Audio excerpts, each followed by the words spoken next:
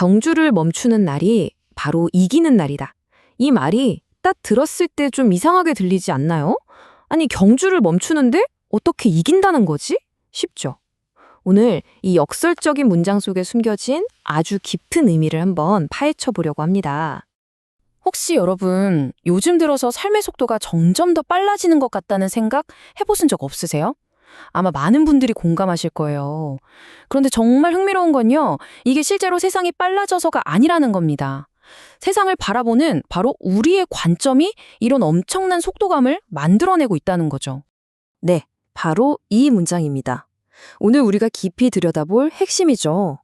이 말은 사실 두 가지 삶의 방식을 아주 극명하게 보여주고 있어요.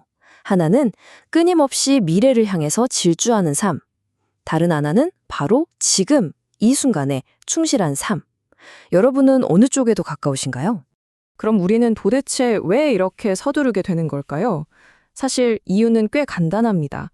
우리가 어떤 목표나 결과에만 너무 집착하기 때문이에요. 바로 그 순간부터 우리는 마치 끝이 보이지 않는 경주를 하는 것처럼 끊임없이 서두르는 느낌에 사로잡히게 되는 거죠. 자, 여기 이 표를 한번 보세요. 이게 그 차이를 정말 명확하게 보여주거든요. 왼쪽에 있는 경주자는 늘 미래의 어떤 지점을 향해서 달려가고 있어요. 하지만 오른쪽에 있는 승리자는요, 바로 지금, 여기에서 자기 일을 하고 있죠. 이 작은 차이가 우리가 느끼는 삶의 속도와 질을 완전히 뒤바꿔 놓습니다. 그리고 이 경주가 계속되다 보면 우리는 다른 사람들의 시선을 엄청나게 의식하게 돼요. 그러면서 일종의 페르소나, 그러니까 가면을 만들어내는 거죠. 남들에게 보여주기 위한 나의 모습을요. 이 과정에서 우리는 진짜 자기 자신과는 점점 더 멀어지게 됩니다. 이렇게 만들어진 포장된 자아는 어떤 특징을 가질까요? 이 슬라이드에 나온 것처럼 이건 현실에 단단히 발을 딛고 있는 게 아니에요. 그래서 늘 외부의 인정을 갈구하고 남들이 나를 어떻게 볼까 전전긍긍하죠. 내면의 불편함은 애써 숨기고요.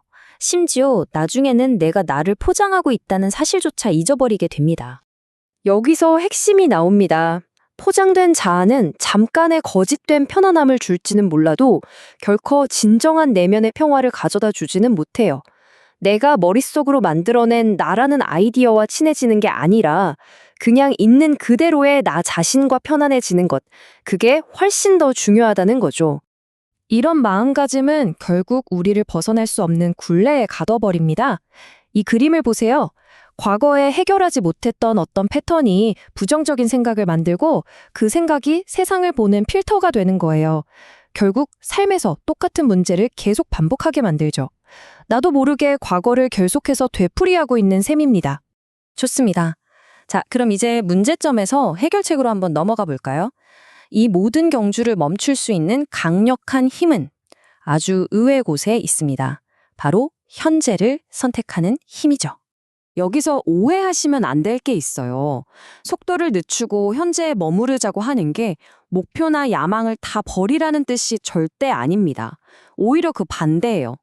당신이 해야 할 가장 중요한 일은 저기 미래가 아니라 바로 지금, 여기에서 이루어져야 한다는 걸 깨닫는 겁니다. 자기 신뢰라는 개념에 대해 한번 생각해 볼까요? 우리는 참 많은 것들을 믿고 살아요. 다른 사람, 기술, 정보. 그런데 왜 정작 이 세상 누구보다 잘하는 자기 자신은 그만큼 신뢰하지 못하는 걸까요? 자기 신뢰는요, 외부 세계를 믿는 것만큼, 아니 그 이상으로 나 자신에게 힘과 안정감을 주기로 선택하는 데서 시작됩니다. 그럼 이걸 어떻게 연습할 수 있을까요? 여기 몇 가지 실용적인 방법이 있습니다. 먼저 과거는 그냥 놓아주세요. 그래야 지금 있는 그대로를 받아들일 수 있거든요. 그리고 어떤 순간이나 감정이 찾아올 때 그걸 판단하지 말고 그냥 그대로 흘러가게 두는 겁니다. 불편함이 느껴지나요? 피하지 마세요. 그 안에서 새로운 선택을 할 공간을 스스로에게 주는 거죠.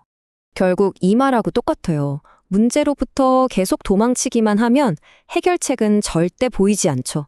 하지만 현재에 머물러서 그 문제를 똑바로 마주할 때 신기하게도 우리가 보지 못했던 길이 보이기 시작합니다. 자, 이제 경주자에서 승리자의 마음으로 전환했을 때 우리가 얻게 될 엄청난 보상에 대해 이야기해 볼 시간입니다. 우리가 현재에 머무를 때 얻는 가장 큰 보상은 바로 진정성입니다. 진정성이란 뭘까요? 이 슬라이드에 나온 것처럼 남에게 보여주기 위한 표현 위에 나를 쌓는 게 아니에요. 나 자신의 단단한 기반 위에 차곡차곡 나를 쌓아 올리는 것. 그게 바로 진정성입니다. 아까 봤던 포장된 자아 기억나시죠? 그것과 한번 비교해 보세요.